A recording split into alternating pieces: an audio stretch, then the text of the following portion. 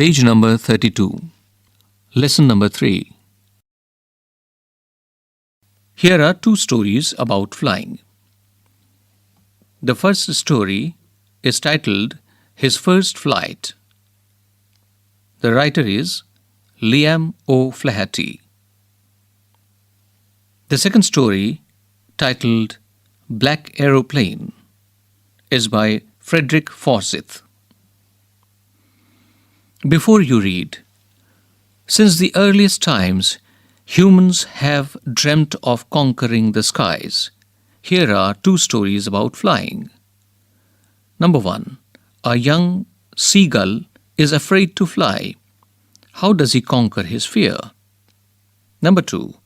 A pilot is lost in storm clouds. Does he arrive safe? Who helps him? Now the first story. Title: His First Flight. The young seagull was alone on his ledge. His two brothers and his sister had already flown away the day before. He had been afraid to fly with them. Somehow, when he had taken a little run toward the brink of the ledge and attempted to flap his wings, he became afraid. The great expanse of sea stretched down beneath, and it was such a long way down, miles down. He felt certain that his wings would never support him. So he bent his head and ran away back to the little hole under the ledge where he slept at night.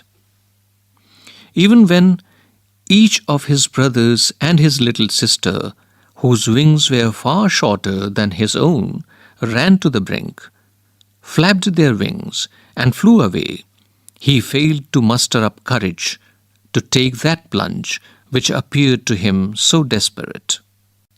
Page 33. His father and mother had come around, calling to him shrilly, upbraiding him, threatening to let him starve on his ledge unless he flew away. But for the life of him, he could not move. That was 24 hours ago. Since then, nobody had come near him. The day before, all day long, he had watched his parents flying about with his brothers and sister, perfecting them in the art of flight, teaching them how to skim the waves and how to dive for fish.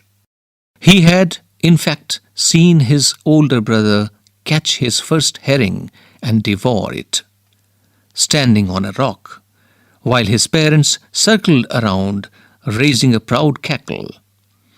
And all the morning, the whole family had walked about on the big plateau midway down the opposite cliff, taunting him with his cowardice.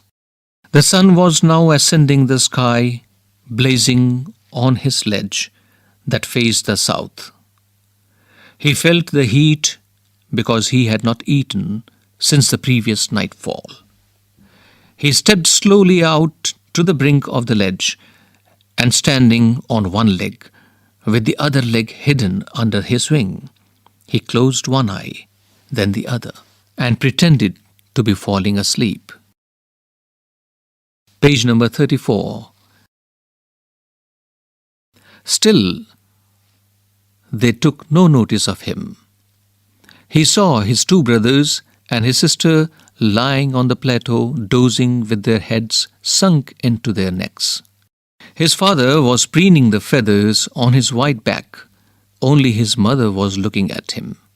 She was standing on a little high hump on the plateau, her white breast thrust forward. Now and again, she tore at a piece of fish that lay at her feet, and then scraped each side of her beak on the rock. The sight of the food maddened him. How he loved to tear food that way, scraping his beak now and again to wet it. "Ga, ga, ga," he cried, begging her to bring him some food. "Gokola," she screamed back derisively. But he kept calling plaintively, and after a minute or so, he uttered a joyful scream. His mother had picked up a piece of the fish and was flying across to him with it. Page number 35. He leaned out eagerly, tapping the rock with his feet, trying to get nearer to her as she flew across. But when she was just opposite to him, she halted, her wings motionless, the piece of fish in her beak almost within reach of his beak. He waited a moment in surprise, wondering why she did not come nearer, and then, maddened by hunger, he dived at the fish. With a loud scream, he fell outwards and downwards into space.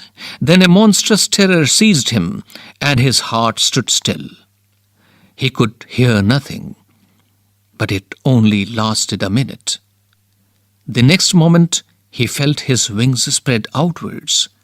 The wind rushed against his breast feathers, then under his stomach, and against his wings.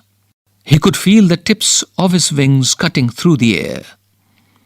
He was not falling headlong now. He was soaring gradually downwards and outwards. He was no longer afraid. He just felt a bit dizzy. Then he flapped his wings once, and he soared upward. Ga, ga, ga, ga, ga, ga, gokola. His mother swooped past him, her wings making a loud noise. He answered her with another scream. Then his father flew over him screaming. He saw his two brothers and his sister flying around him, curveting and banking and soaring and diving. Then he completely forgot that he had not always been able to fly, and commended himself to dive and soar and curve, shrieking shrilly. He was near the sea now, flying straight over it, facing straight out over the ocean. He saw a vast green sea beneath him, with little ridges moving over it, and he turned his beak sideways and cawed amusedly. His parents and his brothers and sister had landed on this green flooring ahead of him. They were beckoning to him, calling shrilly. He dropped his legs to stand on the green sea. His legs sank into it. He screamed with fright and attempted to rise again, flapping his wings. But he was tired and weak with hunger, and he could not rise. Page number 36. Exhausted by the strange exercise, his feet sank into the green sea, and then his belly touched it, and he sank no farther. He was floating on it, and around him his family was screaming, praising him, and their beaks were offering him scraps of dogfish. He had made his first flight. Now the meanings of certain words. Page number 32. Ledge means a narrow horizontal shelf projecting from a wall or, here, a cliff. Upbraiding means scolding. To skim means to move lightly just above a surface, here the sea. Herring, a soft-finned sea fish. Preening means making an effort to maintain feathers. To whet means to sharpen.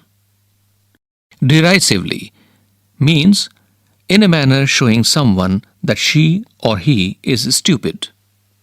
Dizzy means an uncomfortable feeling of spinning around and losing one's balance. Curveting means leaping like a horse. Banking means flying with one wing higher than the other. Page number 36. Thinking about the text. Number 1. Why was the young seagull afraid to fly? Do you think all young birds are afraid to make their first flight? Or are some birds more timid than others? Do you think a human baby also finds it a challenge to take its first steps? Number 2. The sight of the food maddened him. What does this suggest?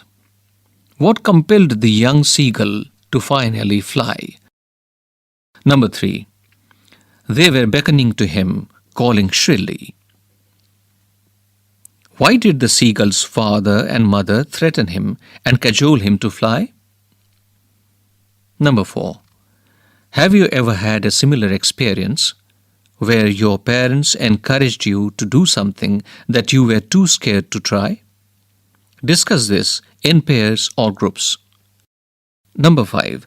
In the case of a bird flying, it seems a natural act and a foregone conclusion that it should succeed. In the examples you have given in answer to the previous question, was your success guaranteed, or was it important for you to try regardless of a possibility or failure? Speaking. We have just read about the first flight of a young seagull. Your teacher will now divide the class into groups. Each group will work on one of the following topics. Prepare a presentation with your group members and then present it to the entire class. Point number 1. Progression of models of airplanes. Point number 2. Progression of models of motor cars. Point number 3. Birds and their wingspan. Point number 4. Migratory birds tracing their flights. Now for writing. Write a short composition on your initial attempts at learning a skill. You could describe the challenges of learning to ride a bicycle or learning to swim. Make it as humorous as possible. Page number 37. Now the second story. The Black Aeroplane. The moon was coming up in the east behind me, and stars were shining in the clear sky above me. There wasn't a cloud in the sky. I was happy to be alone, high up above the sleeping countryside. I was flying my old Dakota aeroplane over France, back to England. I was dreaming of my holiday and looking forward to being with my family. I looked at my watch. 1:30 in the morning. I should call Paris Control soon, I thought. As I looked down past the nose of the aeroplane, I saw the lights of a big city in front of me. I switched on the radio and said, Paris Control, Dakota DS 088 here. Can you hear me? I'm on my way to England. Over. The voice from the radio answered me immediately. DS 088, I can hear you. You ought to turn 12 degrees west now. DS 088, over. I checked the map and the compass, switched over to my second and last fuel tank, and turned the Dakota 12 degrees west towards England. I'll be in time for breakfast, I thought. A good big English breakfast. Everything was going well. It was an easy flight. Paris was about 150 kilometers behind me when I saw the clouds. Storm clouds. They were huge. They looked like black mountains standing in front of me across the sky. I knew I could not fly up and over them, and I did not have enough fuel to fly around them to the north or south. I ought to go back to Paris, I thought, but I wanted to get home. I wanted that breakfast. I'll take the risk, I thought, and flew that old Dakota straight into the storm. Inside the clouds, everything was suddenly black. It was impossible to see anything outside the aeroplane. The old aeroplane jumped and twisted in the air. Page number 38. I couldn't believe my eyes. The compass was turning round and round and round. It was dead. It would not work. The other instruments were suddenly dead too. I tried the radio. Paris Control, can you hear me? There was no answer. The radio was dead too. I had no radio, no compass, and I could not see where I was. I was lost in the storm. Then, in the black clouds quite near me, I saw another aeroplane. It had no lights on its wings, but I could see it flying next to me through the storm. I could see the pilot's face turned towards me. I was very glad to see another person. He lifted one hand and waved. "Follow me," he was saying. "Follow me." He knows that I am lost, I thought. He is trying to help me. He turned his aeroplane slowly to the north in front of my Dakota, so that it would be easier for me to follow him. I was very happy to go behind the strange aeroplane like an obedient child. After half an hour, the strange black aeroplane was still there in front of me in the clouds. Page number 39. Now there was only enough fuel in the old Dakota's last tank to fly for 5 or 10 minutes more. I was starting to feel frightened again, but then he started to go down, and I followed through the storm. Suddenly, I came out of the clouds and saw 2 long straight lines of lights in front of me. It was a runway, an airport.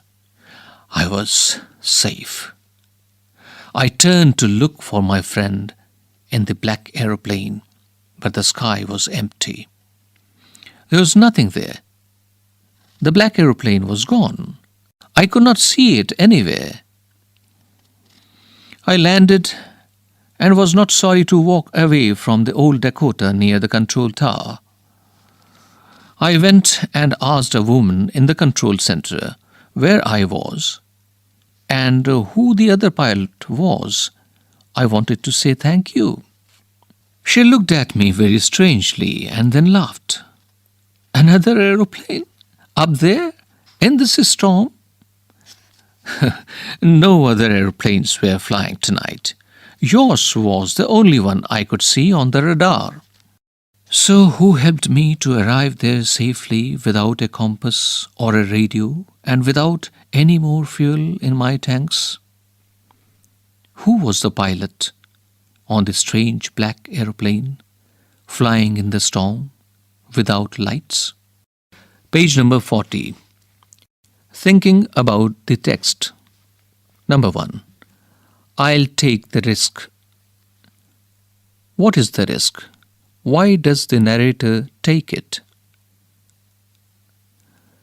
Number 2. Describe the narrator's experience as he flew the aeroplane into the storm. Number 3. Why does the narrator say, "I landed and was not sorry to walk away from the old Dakota"? Number 4. What made the woman in the control center look at the narrator strangely? Number 5. Who do you think helped the narrator to reach safely? Discuss this among yourselves and give reasons for your answer. Thinking about language. Number 1. Study the sentences given as follow. A. They looked like black mountains.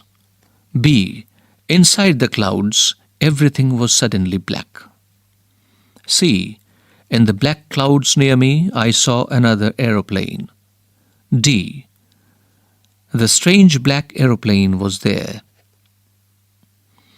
The word black in sentences A and C refers to the very darkest color, but in B And D, here it means without light, with no light. Black has a variety of meanings in different contexts. For example, A, I prefer black tea means I prefer tea without milk.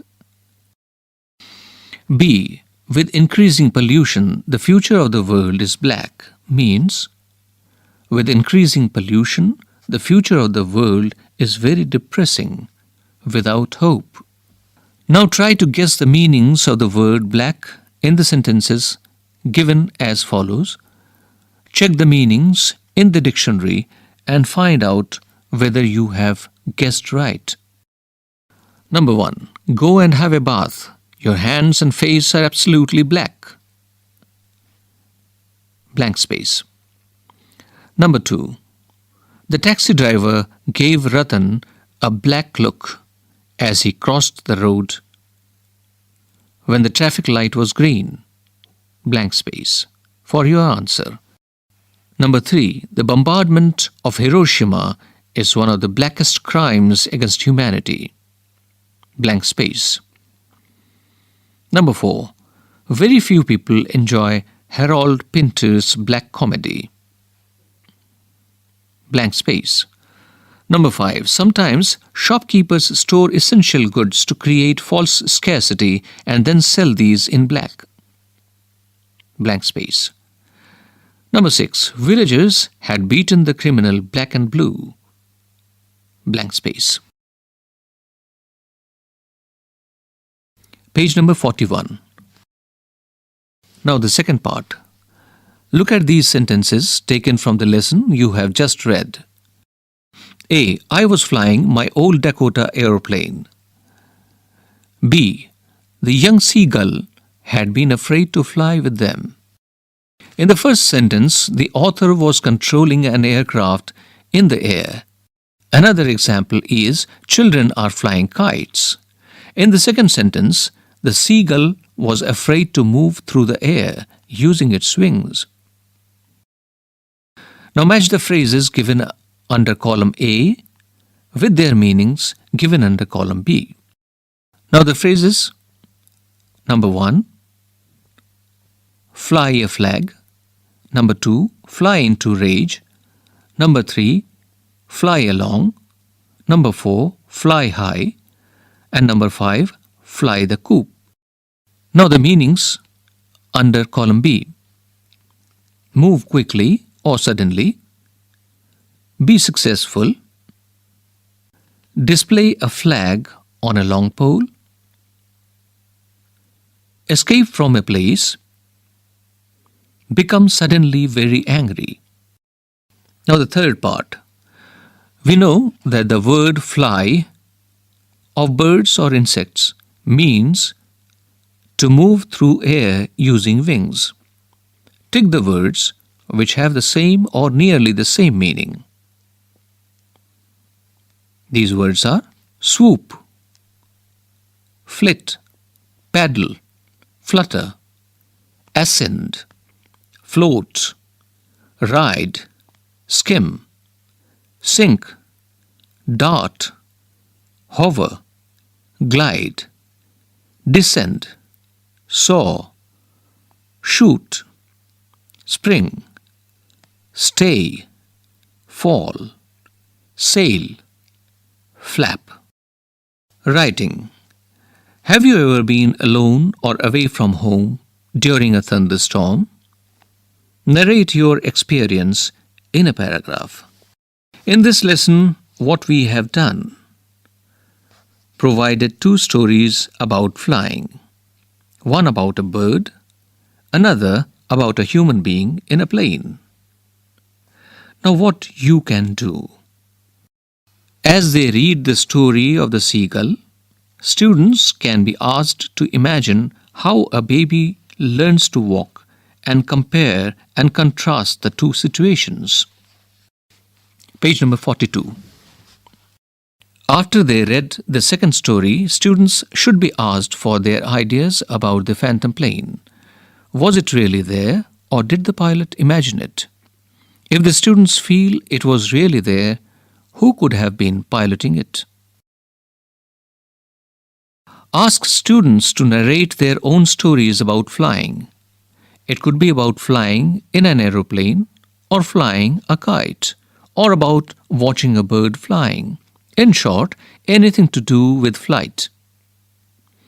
Give students 10 minutes to think quietly about the topic. During this time, they can make notes about what they want to say. Then ask for volunteer speakers. Now, the compound words whose parts mean just the opposite or something else.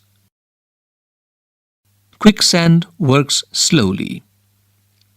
There is no egg in eggplant, nor ham in hamburger. Neither apple nor pine is pineapple. Page number 43. How to tell wild animals. This poem was written by Carolyn Wells. This humorous poem suggests some dangerous ways to identify or tell wild animals. Read it aloud, keeping to a strong and regular rhythm. If ever you should go by chance to jungles in the east, and if there should to you advance a large and tawny beast, if he roars at you as you are dying, you will know it is the Asian lion. Or if sometime when roaming round, a noble wild beast greets you, with black stripes on a yellow ground, just notice if he eats you. This simple rule may help you learn the Bengal tiger to discern. If strolling forth a beast you view, whose hide and spots is peppered, as soon as he has leapt on you, you will know it is the leopard. It will do no good to roar with pain, he will only lip and lip again. Page number 44. If when you are walking round your yard, you meet a creature there who hugs you very, very hard, be sure it is a bear. If you have any doubts, I guess he will give you just one more caress.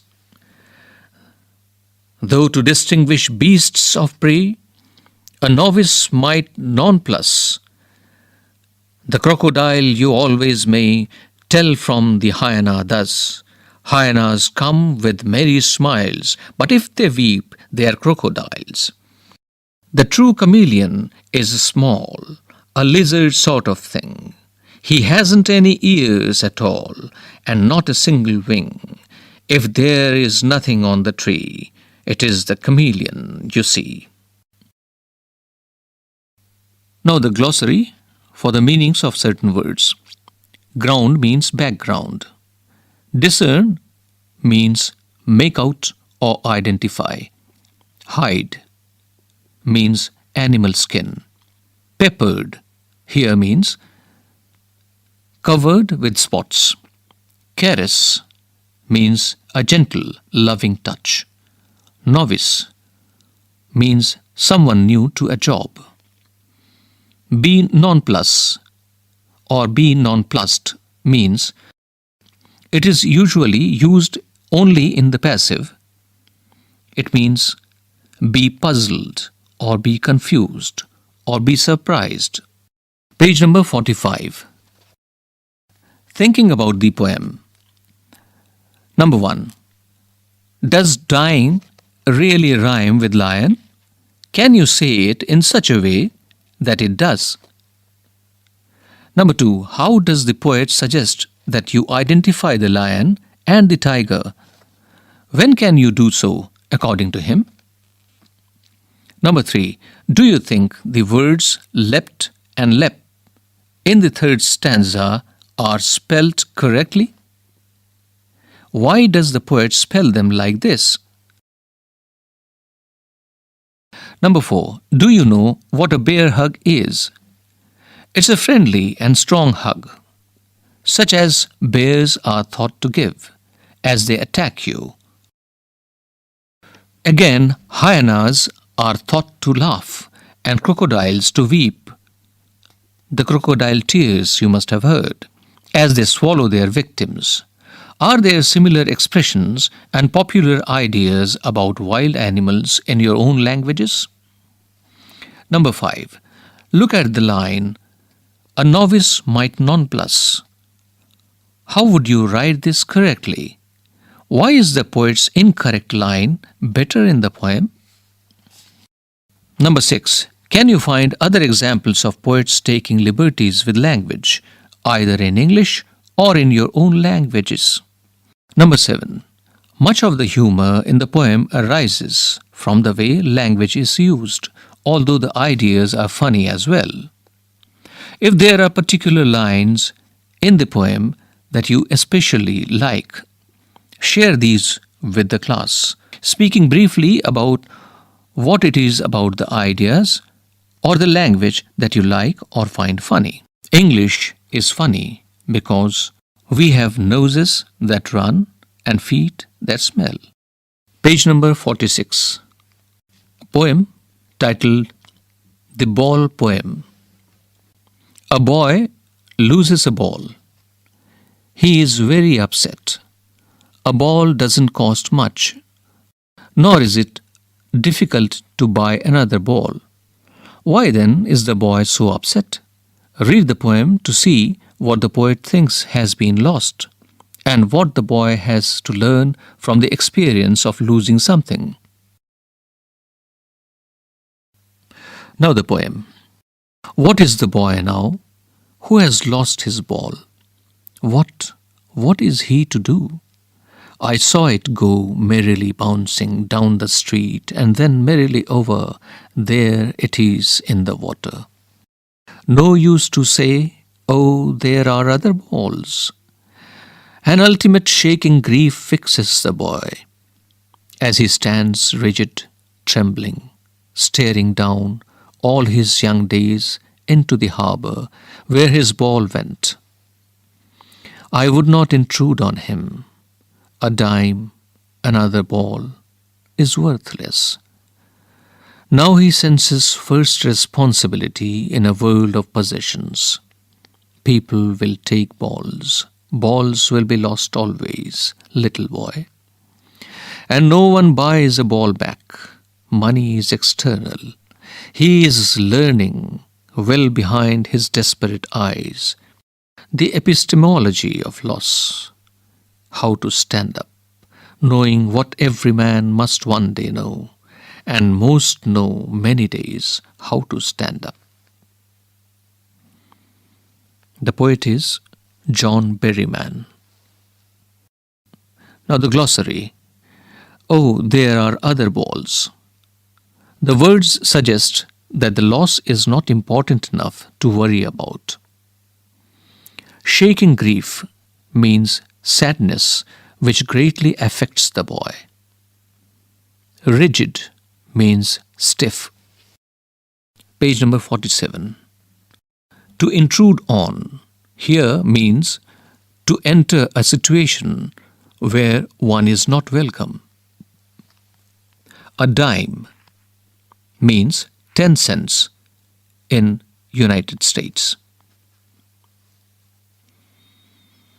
Desperate means hopeless. Epistemology of loss means understanding the nature of loss, what it means to lose something. Epistemology, the Greek word episteme, means knowledge. It comes from a word meaning to understand or to know. Epistemology is the study of the nature of knowledge itself. Thinking about the poem. In pairs, attempt the following questions. Number 1.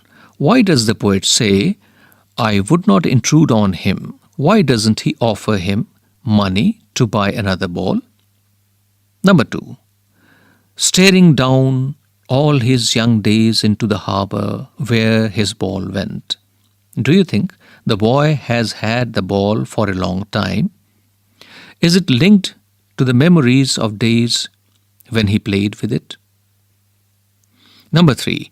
What does "in the world of possessions" mean? Number 4. Do you think the boy has lost anything earlier? Pick out the words that suggest the answer. Number 5. What does the poet say the boy is learning from the loss of the ball? Try to explain this in your own words. Number 6. Have you ever lost something you liked very much? Write a paragraph describing how you felt then and saying whether and how you got over your loss.